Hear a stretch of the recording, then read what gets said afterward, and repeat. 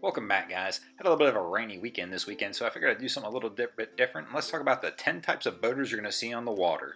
Guys, please don't forget to hit the subscribe button below. A lot going on with the Bahamas videos and the Great Loop. And let's go ahead and dive right into this list. If I miss your group of boaters, please comment below and I will get to them next time. And the first boat on our list, guys, is the Pontoon guy. This guy's done a bunch of research, tried to figure out what boat he wanted, and you know what? One day walked into a Bass Pro Shop and saw this sweet little thing sitting on the showroom floor. Went over, looked at the price tag, and said, man, me and my family could have a lot of fun for the price this thing is rolling at. Went ahead and started signing some paperwork. Also quickly realized it's one of the most customizable things on the water. Really, you can do just about anything with this boat. You want to fish? Great. Guess what? You want a water slide? Go ahead and add that as well. Possibilities are endless. You know what? One water slide's not enough? Go ahead and add two. You know what? We can keep going with this thing as well. Single engine? Nah, we need twin 300s on the back of this thing. This will really get up and fly. We're not cutting to the chop right? Go ahead and add a third tune to it as well. You know what? Third tune, forget that. Trip 300s on the back. That's the sweet spot on these things right here. You know what? Now we can pop some sweet wheelies with our pontoon. Wait a minute, maybe these aren't the slow lake crawlers we once thought. Second boater on our list, guys, is going to be Center Console Guy. Center Console Guy kind of prides himself in buying the Toyota Camry of boats. I mean, this thing doesn't do anything spectacular, but it sure does everything okay, and it does it fairly reliably. Guy's going to love the advantage that he's going to be able to take his buddies out fishing one day, and he's going to be able to take the family to the sandbar the next day, and kind of get it all done however he wants to get it done. We have started to see a change in these, though. At one point in time, people were just putting twin engines on these, running them offshore. Always recommend about the safety of having two engines on the back. Being able to even keep the singles, you know, do a little inshore fishing, maybe take the family out on a Sunday, but really, we've started to move more into the luxury center console market. That's right, boys. These are no longer your $50,000 play toys. We're talking $400, $500, heck, $1 million for some of these things. Just really have started to upgrade these to being more like a bow rider, but in a center console body. But twin engines, nah, that's the thing of the past, guys. All we're looking at is quads now, baby. If we ain't got quads, we ain't rolling with nothing. You know what? Forget quads. Let's put 5 400s on the back of this. That's going to get the job done. Not, we'll add a 6th one just for the heck of it, man. I mean, nothing's going to get us there safely like 6 engines in case one breaks down.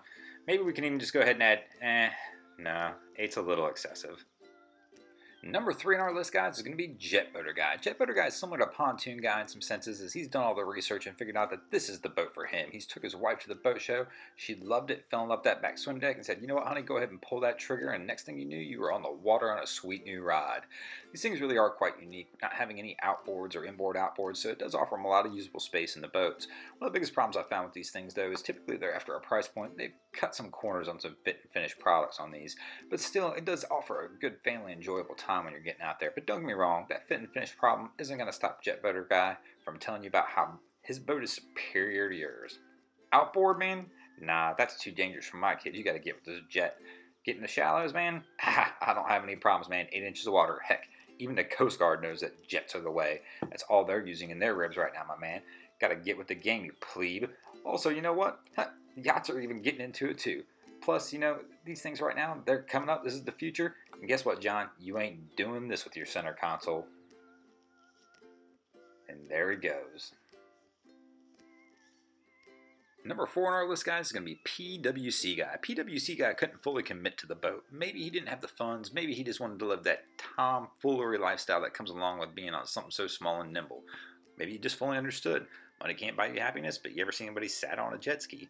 So he went out, he did it. He pulled the trigger on that jet ski. He's out there popping wheelies, launching rocket missiles off of waves, and just having a general blast while he's doing it. These things have even changed a lot over the years. They used to be just fun little fast rocket missiles, and you know what? Now they've grown up to sizes of 13 feet and really are just mean cruising machines. Wait a minute, maybe I need another jet ski. But now they can go out and cruise, kind of relax and just enjoy themselves, but it's also attracting a more sophisticated type of rider, somebody who's more into the riding and the enjoyment of it. I mean, with the price points of these things, they're attracting more middle-aged people as well.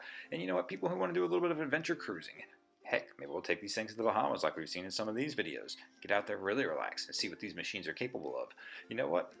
Retirement? Let's do it. Who knows? Maybe they didn't miss a boat. And number 5 on our list, guys, is Sailboat Guy. Sailboat Guy believes he is the most sophisticated of all boaters. He's figured it out. He has seen the light on the purest form of boating. Don't worry, my child. All will tend toward the sailboat. That's right. He believes at some point in time every boater will want to actually tend toward the sailboat, the most purest form of boating there is. He believes in this very relaxed, chill lifestyle where very little maintenance needs to be done because, we're not motoring all the time. We've got the wind at our back, the sea in our face, and just really enjoying themselves as they go. Not that fly by the seat of your pants weight, that's real flying. But anyway, he's went ahead and talked his wife into this lifestyle as well and said, you know what, honey, let's go ahead, let's do it. Let's buy that boat and we'll sail around the world. You know what? She went ahead and bit, and they went and did it. They took that first trip down to the Bahamas, and then when they got back, reality sinking. Wait a minute, honey, you mean we've got to work on this? I thought we just put this in the water and went. The sails ripped? We've got to maintain those too? And then all of a sudden that reality sets in of what really owning a sailboat is compared to what everybody thinks owning a sailboat is. Number 6 on our list, guys, is Cruiser Guy. Cruiser Guy is very similar to his brother and Sailboat Guys. He really wants to get out and adventure and see some things, but he just wants to do it probably a little bit faster and a little bit more efficiently than Sailboat Guy. He really doesn't have the time to be sitting there messing around worrying about sails and what he's going to have to do with that. He'd really rather just get to his destination and enjoy his sundowner at the end of the day. Still a very chilled, relaxed kind of person lifestyle, though still with that adventurous type of lifestyle typically as well. Wants to get out and see some things, maybe do some trips down to the Bahamas and enjoy himself with his family. Heck, maybe he's even planning something more fun and local, like maybe he wants to do the Great Loop trip, that 5,000-mile run across the U.S. Kind of just get out and see things around here locally as well. Still very similar to the Sailboat Guy, though, but he just doesn't have that same smug attitude as to that he bought the perfect boat. He bought the perfect boat for him, not the perfect boat for everybody. Number 7 on our list, guys, is John Boat Guy. John Boat Guy is very similar to Center Console guys. He wanted a utilitarian boat that can kind of do everything, but typically didn't want to kick out Center Console money. Still enjoys his fishing and probably some family time as well, but typically tends to be one of those, I got this one, hold my beer kind of guys. That's right, these guys like to have a good time still. They're out there, they'll be popping, running these things about 100 miles an hour through the woods, just really enjoying themselves, yet still be able to take the family out on the weekend, maybe get a little hunting and fishing in. Man, these guys can do it all. Man, this just makes me want one of these things. But these guys right here, they bought it because of the utilitarian version of it. They can do everything. You know what? I want a family runner to get the family out of the sandbar. My John Boat's got it. Friend's going to take the wake boat out. My John Boat can do that too, son. I don't need anything else. That's right, this boat can do just about whatever you want to do. Friends taking the four-wheelers out hunting? Nope, John Boat. Going out offshore fishing on a Center Console? Nope, John Boat. That's right. My John Boat will get out there and get the job done. We will get sharks caught. We will get it all set up, man. Nothing my John Boat can't do. Offshore, we're net. Maybe we should leave offshore to the Center Consoles. Number 8 on our list, guys, is going to be Catamaran Guy. Catamaran Guy's decided to go a little bit of the path less chosen, not because he thought it was cool, but because he truly believes this is the best boat out there for him or anybody. These things offer so much beam space that it makes them just very usable boats and functional. And you know what? If you're going to be going anywhere near the coast, this is the boat you have to have. And don't worry, he's kind of like JETBOATER Guy. This guy's going to justify his purchase to you. He's going to let you know why catamarans are the way. I mean, these are used in commercial applications because they are the best boats. And you know what? If you're going offshore, there ain't nothing like going offshore in a cat, son. If you're doing it in a Center Console, you're just doing it wrong. You ain't never seen anything eat white water up until you've seen a cat out there blasting around at 35, 40 mile an hour in 6-foot seas. I mean, this is just the way. And if you don't understand it, you don't know anything about boats, son. Please don't come over here trying to tell me your Center Console can keep up. Wait a minute, these things flip over. And number 9 on our list, guys, is Bow Rider Guy. Bow Rider Guy is that guy who really couldn't figure out what kind of boat he wanted, but you know what? He knew he wanted a boat, and he was going to go ahead and pull the trigger on that. So took the wife to the boat show, and you know what? She's like, oh, honey, that boat looks nice. So they decide to walk over, and they start climbing aboard, and first thing husband notices is, babe, it's got a cooler.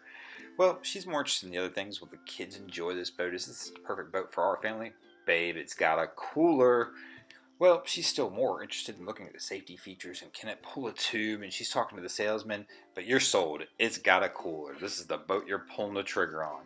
You know what, though? Maybe it's not all bad. These bow riders really are. They can kind of do everything. It really is for that person who's got that life is better on a boat attitude, which it really is, life is better on a boat. But these things got just a little bit of everything that you might need. And really, in the last few years, these things have kind of stepped up their game. I mean, bow riders have gone from what used to be just considered just kind of a run-of-the-mill boat to where, I mean, they're pretty high up in luxury now. They're running with twin and trip outboards on the back, and fit and finish on these things is pretty spectacular, actually. And not really restricted just to lakes anymore. I mean, these things have gotten big enough where you can take them down to the Bahamas and do some things like that. Maybe Bow Rider Guy wasn't just as open about his opinion as I thought he was. Maybe he picked the right boat. Guys, thanks for watching. Be sure to go ahead and subscribe below to check out some of the other videos we got going on. We got some Bahamas trips coming up and Great Lake trips. And subscribe to keep following up. But let's get right into number 10. Number 10 is one of my favorite boaters of all. This is the liveaboard guy. Liveaboard guy is a little different than most boaters. His origins are a little bit unknown, but my best guess is he was mowing his grass one day, drinking a Budweiser, reminiscing about this past weekend where he rented a pontoon boat with some friends and decided, you know what, this living on land junk, that's for the plebes. Let me go ahead and see what we can do about living on the water. So he starts researching boats. What can he get? What kind of boat's going to fit his needs? And bam, he finds it and starts heading down to the Beneteau dealer. Wait, these cost how much? Skirt! Well, guess what? Back to Craigslist we go, and where they at? Where them $5,000 36 footers? And bam, he finds it. Sure, it doesn't run. Interior needs a complete overhaul, but you know what? He's going to make this baby his. So he'll start working on it, get that interior working right, and everything just looking great, and get it to be a nice, comfortable setup, and he'll go park it in the marina. How come they always park them in the marina? Well, for some reason, liveaboard guy never ever seems to get his motor working. They'll redo the interior of the boat, even get the exterior looking okay, sometimes, and really just never actually move the boat anywhere. Does that really count? Is he really a boater if he does that and just stays in the marina his whole life? Guys, thanks for watching again. Please subscribe below. Leave any comments that you have if I missed your boat. Thanks.